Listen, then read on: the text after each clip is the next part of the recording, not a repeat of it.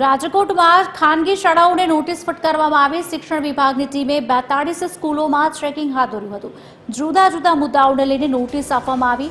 રજાના દિવસે શાળા શરૂ રાખવી, ગણવેશ મુદ્દો, સ્ટેશનરી અને ફાયર સેફ્ટી મુદ્દાને ધ્યાનમાં લઈને ચેકિંગ પણ હાથ ધરવામાં આવ્યું હતું। 42માંથી 25 શાળાઓને નોટિસ ફટકારવામાં આવી। હજુ પણ ચેકિંગ યથાવત રાખવામાં આવશે। નિયમોનો ભંગ જે શાળા કરશે તેના વિરુદ્ધ કાર્યવાહી પણ કરવામાં આવશે।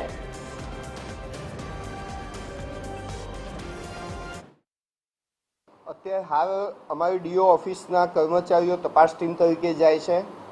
છેલ્લા એક અઠવાડિયામાં 42 જેટલી શાળાઓની અમારી તપાસ ટીમે જુદા જુદા મુદ્દાઓએ તપાસ કરી છે। આ જુદા જુદા મુદ્દાઓની અંદર એક મુદ્દો એ શૈક્ષણિક સામગ્રી અને ગણવેશ એ પણ આવી જાય છે। એની સાથે સાથે અમારા ફાયર સેફ્ટીના અને વેકેશન દરમિયાન સ્કૂલ ચાલુ છે કે નથી એના મુદ્દાઓ પણ અમે લઈએ છીએ।